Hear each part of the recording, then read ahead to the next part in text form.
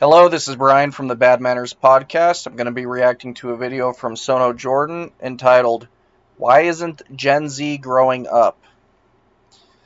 I haven't seen anything regarding this video. The title caught me. I am a millennial. The reason this interests me is I love to study history, and I don't think this is actually an issue of Gen Z not growing up. I actually think this is a gradually increasing problem from generation to generation. But depending on the direction this video goes, I'll expand on that thought. Let's get into it. Why isn't Gen Z growing up? If you've encountered a Gen Z person recently and somehow convinced them to like you, they might have shared one of their most sacred and beloved cultural traditions with you, complaining about how awful everything is. Help wanted, but only for boomers and not Gen Z. My 2 new cashiers quit because I said their boyfriends couldn't stand here for their entire shift. And I, being a short-form brain rot-loving Zoomer who has also spoken to other Zoomers, at least the ones who have developed language, am seeing a huge increase in this lingering sense of hopelessness that's been permeating in the air. A kind of apathy. A kind of general disconnect from societal expectations. This is not a uniquely Gen Z phenomena. You already began to see this in millennials. In fact, millennials are really the first time that I appreciably noticed that there are large segments of the population that are perpetually infantilized. Like, they never assumed the responsibility of adulthood, so to speak. But let's continue. And while it's easy to just call Gen Z something like lazy, and I'll be the first to admit, it's pretty fun to do that too, if you take a moment to dig deeper into what's going on, you'll see that there are some pretty serious issues. They don't own houses, they're not married, they don't have kids. Many aren't even sure what they want to do with their lives. It kind of seems like Gen Z's life is just a sad TikTok edit that's on an endless looping cycle. It isn't difficult to imagine why they would be having this sense of apathy. I have a different video. Its title is something to the effect of Gen Z's prosperity has been sacrificed and their inheritance destroyed. What little image for what they're supposed to have done, which is go to school, go to college, get a degree, enter probably some kind of corporate job, that is really the only image that was offered to them. Well, as they're finding out, frequently those degrees aren't translating into jobs. If they are translating into any line of work, it has nothing to do with what they studied. The economic incentives of that work are insufficient to inspire any degree or willingness to work hard. It is ridiculous to expect a particularly excellent work ethic from any individual who is working for something that they feel is not sufficiently rewarding. And that's the real issue that is facing them more than anything. If the work you're doing is not compensating you to such an extent that it allows you to in turn pursue your vision for what you want to have in your life, and all it's really doing is perhaps allowing you to tread water economically, it's simply not enough to drive people forward into trying to work harder or accomplish more, because it's not actually getting them anywhere. So their prosperity has definitely been sold out by previous generations, and calling them lazy is failing to recognize that no person wants to work if the rewards for said work are insufficient. And as a Zoomer, it seems like somewhere in the back of their mind, there's this quiet, nagging voice that's just constantly talking to them. It's a quiet, disheartening feeling that by this age, they should be further. I mean, if we go back, our parents were buying homes at 25 years old. They were starting families at 27, starting wars by 30. I mean, there's really a twofold issue going on here. The first one, of course, is the work that even a relatively younger person in a previous generation was doing was relatively more economically rewarding than what Gen Z is obtaining for equivalent work. The economic incentives seriously mattered. And the further you go back, more and more to as far back as to the immediate cessation of World War II, Around that period is when even the lowest echelons of society were being significantly rewarded for what work they did, and in turn, what they could use with the funds generated from that work turned into concrete forms of wealth. That's just not the case now. And as bad as it is for Gen Z, it's going to be worse for Alpha unless there is a remarkable degree of systemic change. The second thing, and I've talked about this to some extent, they're competing with factors that have been outside of their control for a while. The importation of vast numbers of low-skilled labor created a reality where those jobs that are most important for young individuals to access, which young individuals are going to, on average, be associated with lower skill sets. Naturally, they haven't had the time to acquire more advanced ones. Well, they're having to compete with the same jobs as these large numbers of cheap foreign labor. So that work that in a previous generation, again, go back as far as you want until the end of World War II, would have been relatively more rewarding. So even if it wasn't the optimal line of work they wanted to be in, there was an opportunity for them to, in turn, still earn relatively better.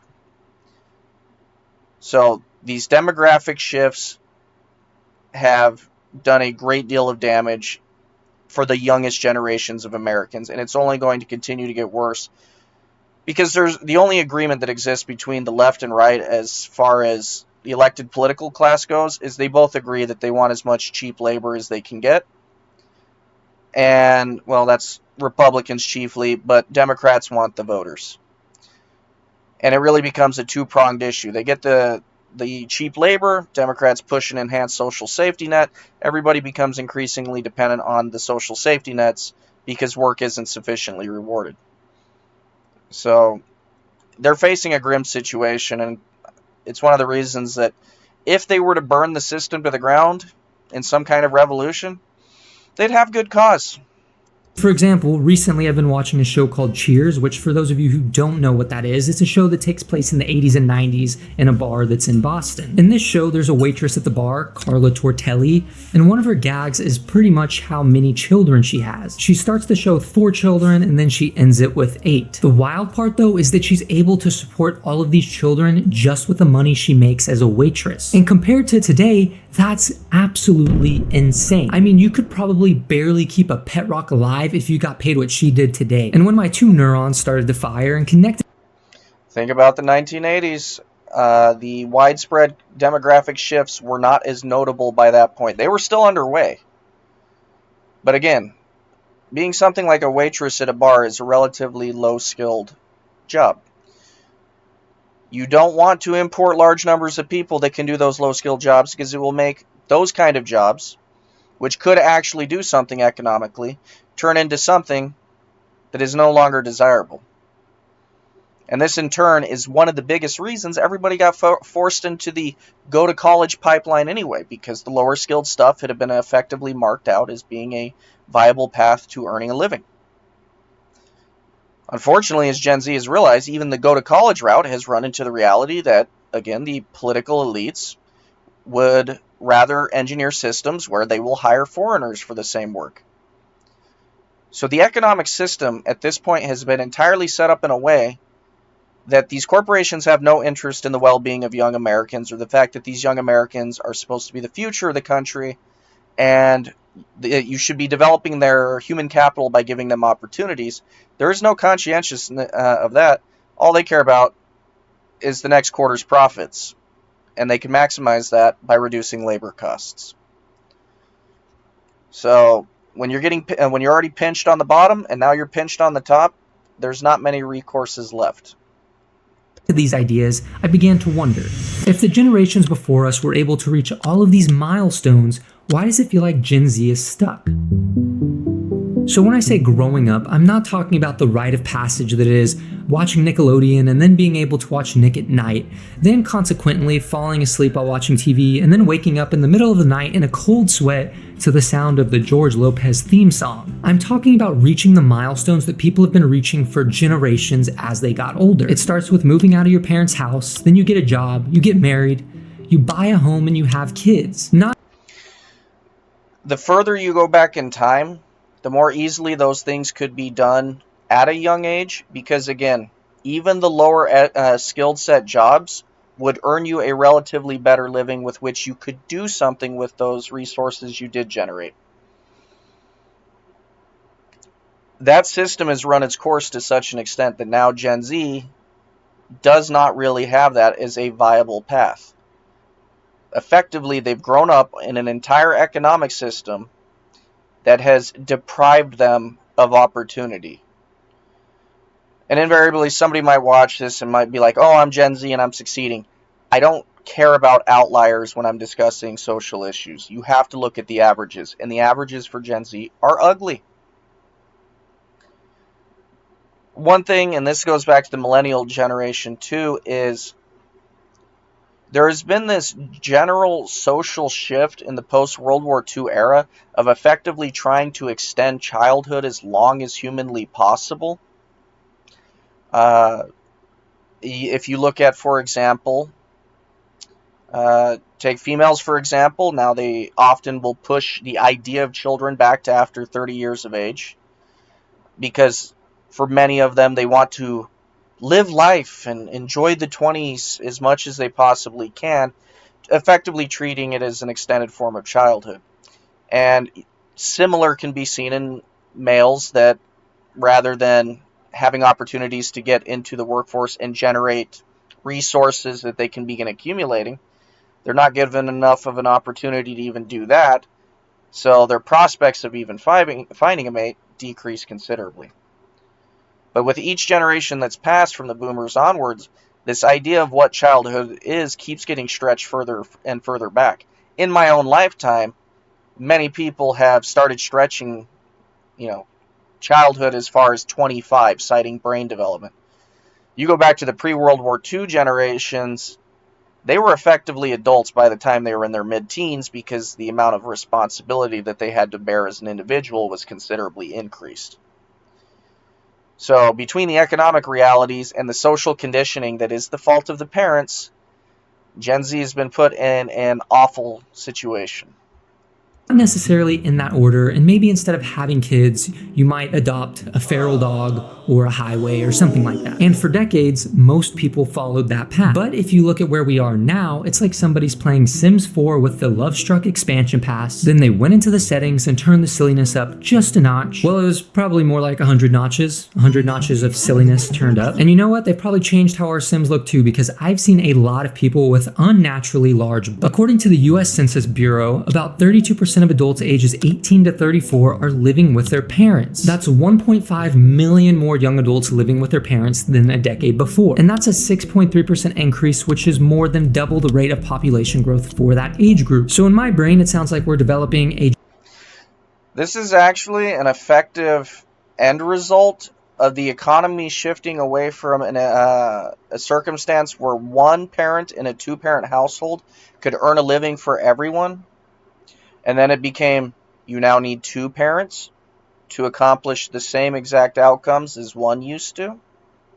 And now as the economic system has continued to abuse Americans chiefly, whether it be through, of course, corporations not having any investment in the American people, the national debt, rampant inflation due to monetary policy, you combine all of these factors and what can you reasonably expect to happen? You're going to have kids staying with their parents more because the dollar is not going as far as it used to, and wage growth simply has not matched it, chiefly due to the importation of large amounts of foreign labor. These are inescapable realities.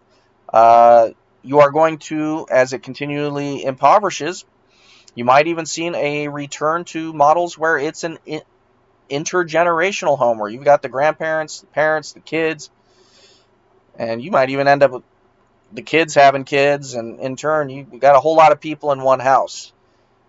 And they might survive, but you're stuck with the situation where the relative wealth of that family unit is considerably reduced from what you could do with just one single person in a family approximately 80 or so years ago. Generation of basement dwellers. It's like when Skynet created the Terminators to take over the world, except instead of having an army of super cool looking robots, we're gonna get an army of that one guy from South Park who plays World of Warcraft, which is probably more terrifying than the Terminators. On top of that, for the first time in modern history, living with your parents is the most common arrangement for adults under 35. More common than living with a spouse or a partner. Then what about marriage, you may be asking? What about the old ball and chain? The Institute for Family Studies projects that 1/3 of Americans who turn 45 in 2050 will never have married at all. Only 20% of 25-year-old women and 23% of 25-year-old men will have ever married today. And that is an issue that Gen Z is facing, but the socially dysgenic behaviors being exhibited really by both sexes on this, what feminism has done for the ability of females to pair bond and actually support and come together with a male in order to have a healthy functioning relationship, it's ruined their ability to actually sustain a healthy functioning relationship as their ancestors would. And then on the male side of things, since men are typically associated with generating resources, and the circumstances simply are not good for that end, and they end up withdrawing from society, you end up with a situation where neither party is even in a position to actually produce a relationship that you would regard as traditionally healthy. Of course, there will be exceptions, of course, but on average, this is what you're going to see. those are close to the lowest numbers ever recorded. But if it makes you feel any better, Batman was never canonically married. So there's hope for you. Except Batman probably also didn't canonically watch 4 hours of brain rot TikToks a day, but that's just me being nitpicky. In 1975, the most common outcome for young adults was reaching all 4 of those milestones. They moved out, they got jobs, they got married, and they had kids. 45% of young people reached all 4 of those. Now let's fast forward to 2024, the year we were blessed with the appearance of Raygun the Breakdancer. In 2024, the most common pathway is just the economic milestones, which that would be working and living independently, but not married and not raising children. And that's now just 28% of adults. So not only are they reaching less of these milestones, there's a lower percentage of them even reaching this lower amount of milestones. But here's the crazy part. These milestones haven't just shifted to be later in life. In many cases, they've disappeared altogether from the Gen Z past. So it's not that they're hitting adulthood milestones slowly, it's that they're hitting a completely different set of milestones. But with all of that being said, I feel like that begs the question, is this a personal failure or is something else going on? This is not a personal failure. If you do not have a culture surrounding the upcoming generations that is actively attempting to ensure that they are going to have opportunities to procure their own success, then you cannot just accept them to divine their personal success from the ether when none of their circumstances have engendered it. There's been a profound selling out of Gen Z. To some extent, you might argue even that the selling out might have started with some of the millennials, not the older ones, but the younger millennials. But the point remains that the system has not been looking out for the posterity of this country at all. And you don't get to judge the outcomes of people that have not even been given the same opportunities as their forebears. It's a fundamentally unfair practice. And that is an American cultural failure over decades upon decades. To afford the median-priced home in America right now, you need to earn $112,000 a year.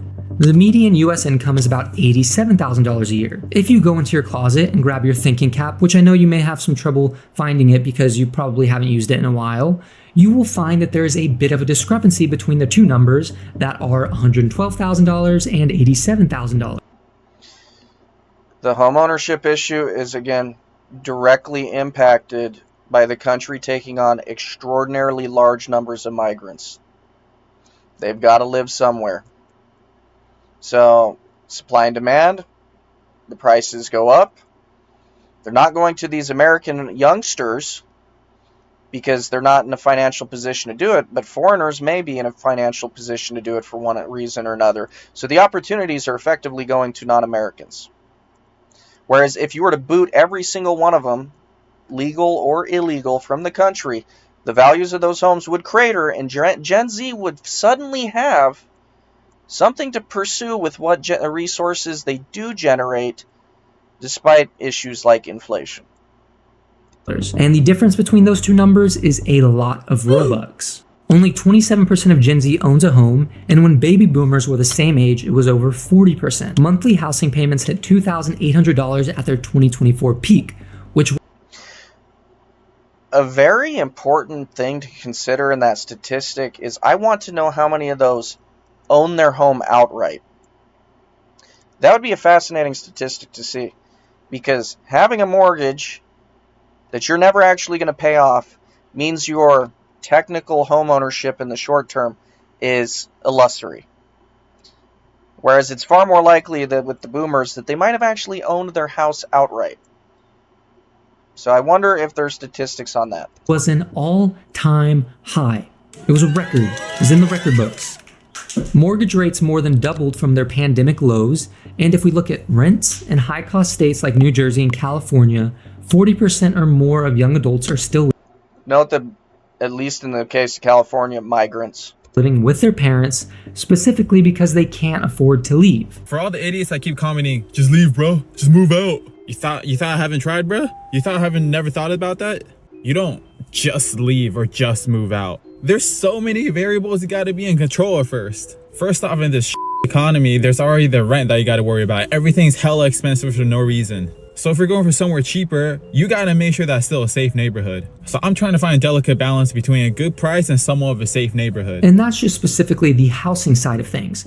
What about the debt side? Student loan debt exceeds 1.7 trillion. It's tripled since 2007. The student loan debt that is held by young Americans is by far the most disgusting thing that any civilization has done to its posterity. In no sane world led by a benevolent, kind ruler would you ever allow your youngest generation to take on debt that is not even dischargeable in bankruptcy.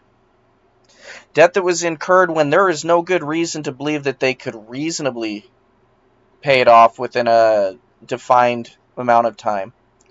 And then to top it all off, employing a practice that for good reason throughout the history of Christendom was banned, and that is usury.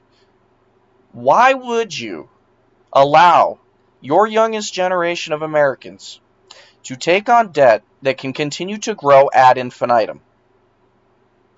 Every single entity that allowed this to move forward as a practice for a country,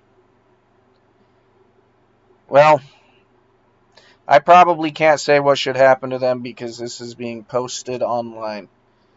But make up your own solution to what you think should be done to that mess, because it is disgusting to a profound degree. It should have never been allowed. Gen Z is paying an average of $526 per month in student loan payments, which is nearly double the overall average. And 84% of Gen Z with student debt say they've delayed major life decisions because of it. And a Bank of America survey found that more than half of Gen Z adults say they don't make enough money to live the life they want. Which, to be fair, if the measurement is for people to live the life that they want, that can be kind of an ambiguous thing. For some people, the life they want may be getting married, buying a house, having kids, and building a family. And for others, it might just be becoming the #1 Fortnite player in the world. And obviously there's a bit of a difference between the difficulty and respectability of those two things. Which I don't want to hate on building a family, but becoming the #1 Fortnite player in the world takes a lot of strategy, discipline, and focus, while raising an iPad kid takes something. For the longest time though, adulthood felt like a step forward. It felt like a kind of promotion. Moving out meant gaining independence, gaining stability, and gaining a sense of responsibility and freedom. Now, moving out means you're pretty much losing any sense of stability that you had. You're taking on more risk than the Leaning Tower of Pisa. And there's a lot of risk going on in that Pisa. It can feel like you're building your life on the San Andreas fault line, and Dwayne Johnson is not going to come and save you this time. Over time, adulthood became way more expensive while wages stayed flat. And when things start to get more expensive but earnings don't go up, People don't progress because they can't. But here's the thing, Again, it comes back to the 1-2 punch of, migration in too large of numbers to actually be absorbed, and also look out for the economic well-being of the upcoming generations of Americans, combined with monetary policy at the governmental level. Make no mistake, the monetary policy that's been used in the United States, dating back to when Gen Z was born, is really one that was designed to enrich those at the absolute elite level, because they're the one that gets to play with that money that's printed during quantitative easing. For the people on the bottom, they just see their inflation, the inflation of anything that they might need to purchase for their day-to-day life. There's no future being accounted for there. It is an actual case of the elected class and those that are in positions of financial power are completely divorced from any sense of belonging to their countrymen. money was the only constraint that Gen Z was facing, you'd expect them to be complaining a lot. They definitely would be complaining a whole bunch, but they would still be functional. You might think that the milestones are delayed, but the ultimate outcome would be the same. But instead, we're feeling that something else is going on. Something that's harder to give a name. Something's happening that's deeper than money. Well, if you look back to the ye olde days of education, it seems like schools have given us a clear path to follow. Graduate high school, go to college, get a degree, get a job in your... Obviously, he's mainly looking at this in that paradigm of very much the post-World War II consensus, but he's looking at it from that perspective of the large influx of low-skilled labor had already occurred. You did not need college degrees and the like in the 50s or even the 60s. You could do just fine in the 70s and so on and so forth. It's just as the numbers continued to explode, the more necessary it became, because effectively an entire sector of skills was now in a position where the wages were simply not going to rise. And the only benefit to that, of course, was to the financial elites that got to use the cheap labor. And of course, the migrants that came here, because it's a quality of life improvement for them. But for Americans, no, absolute disaster. And nobody thought about them. The normal tagline is, oh, well, the brave migrants sacrificing to come here. Nobody thought how it was going to affect the future generations of young Americans that will benefit most from those jobs. Nobody cared. And the sad thing is, nobody talks about this enough. Field, hate your job, get another job. And now, if I were to put it in the most elegant and scientific terms I can think of, the path is super dumb and super annoying. The World Economic Forum reports that the job market is changing so fast that half of today's workers will need to reskill within the next 5 years. That means that the skills and other things that you learn in college might be completely useless by the time you graduate. Meanwhile, the average amount of time Gen Z keeps a job is 2.3 years. Which is the shortest of any generation. And it's not because they're lazy, good-for-nothing swamp rats, even though there may be a level of truth to that, but it's because the jobs themselves are unstable. Because companies lay people off and then post the same position 6 months later. And they put in requests for foreign labor visas, whether it be H-1B or L-1. It's a game they've been playing for a while.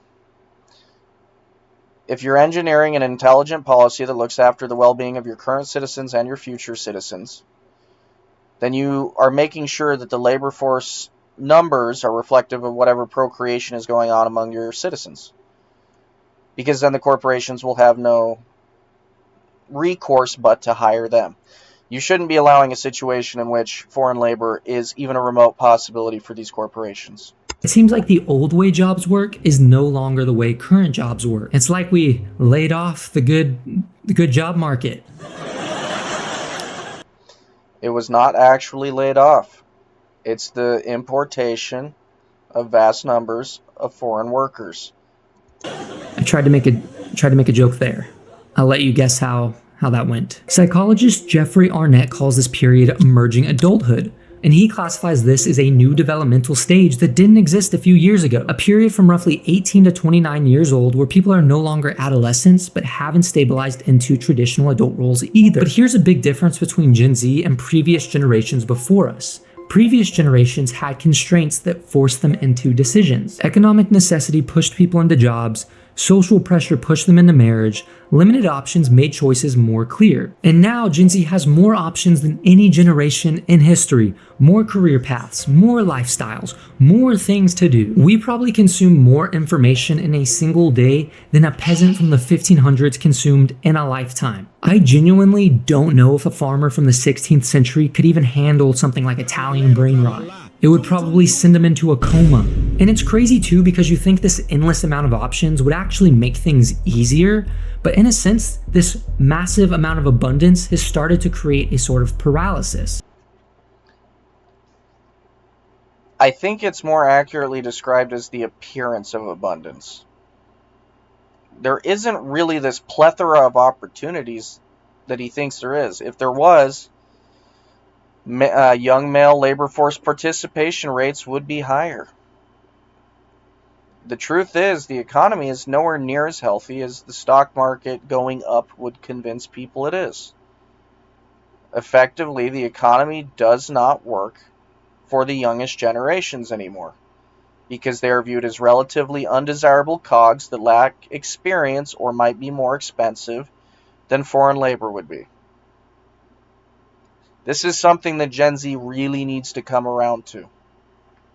When there's no clear path, every choice feels like a slot machine. Every choice feels like you might be making the wrong decision. There's a concept in psychology called learned helplessness. In the 1960s, Martin Seligman, I don't know if that's how you pronounce it, but I tried my best, but maybe my best wasn't enough, I don't know. Martin Seligman ran experiments showing that when effort consistently fails to produce results, animals and people stop trying. Now apply that to Gen Z's experience. They watch their parents or older siblings do everything right during the 2008 recession and still lose jobs, lose homes, and lose security. They watched COVID ruin career plans overnight. They watched student debt become an endless pit with no clear escape. They watched the housing market become pretty much impossible to get into. And believe me, I still have not forgot that Duncan was clearly the best in the 2007 season of Total Drama Island and still didn't win. Is that another obscure reference or a totally fun and relatable one? Only time will tell. More than 2 in 5 Gen Z don't believe that their generation is set up for success. On one hand, they feel responsible for their futures, which they should, but on the other hand, they feel completely powerless to change it. The gap between "this is your responsibility" and "but you can't actually afford anything" creates a weird kind of psychological difficulty. It creates a disturbance in the force, if you will. 36% of Gen Z has given up on the idea of ever owning a home. Not delayed it, they've totally given up. In many cases, I would argue that this sense of hopelessness doesn't come from failure, but it comes from Gen Z putting in all this effort and not seeing any results. I mean, at the end of the day, you can, generally speaking, recover from failure, but it's much harder to overcome the innate belief that putting in effort is pointless and won't get you anywhere. But can Gen Z adapt to this new world? A real question that should be asked is, should they adapt to this new world? Because young people are the ones with the most vigor and vitality, and the question must be asked. If the system is not suited to your well-being and interests, should that system continue to exist? And it's an uncomfortable question that actually merits serious discussion. Because if inertia continues on and the system continues to do what it's been doing, it's not going to get better for them, and it'll be no better for Gen Alpha. I want to share a stat with you that I found pretty interesting, and it actually gives me a sense of hope. Over 70 million Americans now participate in freelance work, which is 36% of the total workforce. Full-time independent workers more than doubled from 13.6 million in 2020 to 27.7 million in 2024. 52% of Gen Z is freelancing, and that means that they are the largest generation in the gig economy. And it's not because traditional jobs failed them or they weren't able to get traditional jobs, although that may be the case in a lot of situations, but it's because they're building something different. They're not waiting for permission. They're not following some random path that their school counselor laid out for them. They're building alternative paths. Remote work. These aren't really alternative paths unless they allow you to generate enough resources to begin amassing some degree of wealth in the form of, resources such as a home. If anything, this is along the same lines as being comparable to menial labors. It's not an economic elevation for these individuals. It allows them to at least procure some resources to continue to survive. But it's a far, far cry from the prosperity that they should have as Americans. Side hustles, creative careers, unconventional timelines. You can literally make money just from dancing on TikTok. Or you can also make money just from people watching you eat food, which is crazy. That is a crazy thing to say. People are paying you to watch you eat food. You can practically start a successful business with nothing but a phone. So I don't think our current world is awful, but it is different. So what does this mean for Gen Z? I already know there's going to be people who saw the title of this video, only watched 2 seconds of it, and then try to argue against everything I said in this video just by repeating the things that I said. Because they didn't watch the video. Click on my videos just to comment how much they disagree when they didn't even watch the video. It's my favorite thing ever. This isn't a video about hating on Gen Z. This is a video about our system. Gen Z grew up in a world where old rules stopped working, where the milestones that defined adulthood became financially impossible for many people, where the career ladder got shorter and more dangerous, where comparison became infinite and constant. And I don't think it's necessarily that we're failing, but we're learning how to navigate it. And that's not to say that everything that we're doing or everything that we're trying to do is great or even good, but it's just a symptom of us trying to navigate this new world. And maybe the milestones were never actually the point. Maybe they were just synonyms for stability and progress. And if the old ways don't work anymore, that doesn't mean that progress is impossible. It just means there are different ways of achieving it. And if the old ways don't work, that doesn't mean that you're behind. It might just mean that you're building something different. I'll go ahead and stop it there. I think his ending is optimistic, but not in a way that's conducive to positive long-term returns. Humans are highly adaptable. They will find ways to survive their circumstances. But simply surviving should not be the threshold that any civilization is judged by.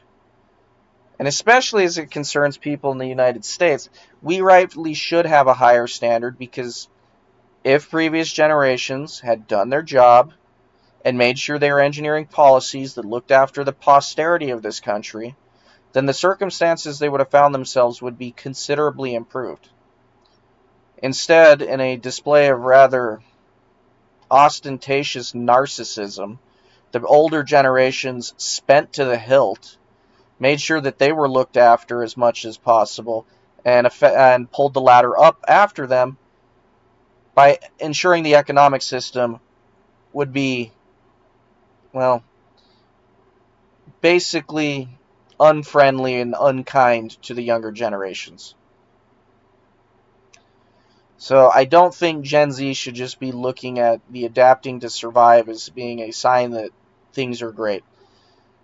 If I was Gen Z, I would be looking at substantive systemic change. And this is probably why you're seeing numbers like, I think it was 78% of young women are extremely liberal. And then on the other side, the young men are increasingly becoming what you would call far right. So this increasing polarity reflects an understanding that there are significant problems facing Gen Z and its young people, because normally young people aren't necessarily that disposed to such a degree of extreme partisanship, at least in terms of what they believe. So I'm more inclined to be sympathetic to those individuals that understand that the system needs to change greatly, because as it is now, it will just be a slow burn until the whole thing collapses and the standard of living enjoyed by each successive generation gets increasingly worse until it finally collapses in such a way that human suffering does not recover back to a better time for many generations. But this is the second time I've reacted to Sono Jordan. Definitely give him, likes, comments, and subscriptions. He does make good videos. If you happen to like anything I said, you can give me a like, comment, subscribe. Have a good night.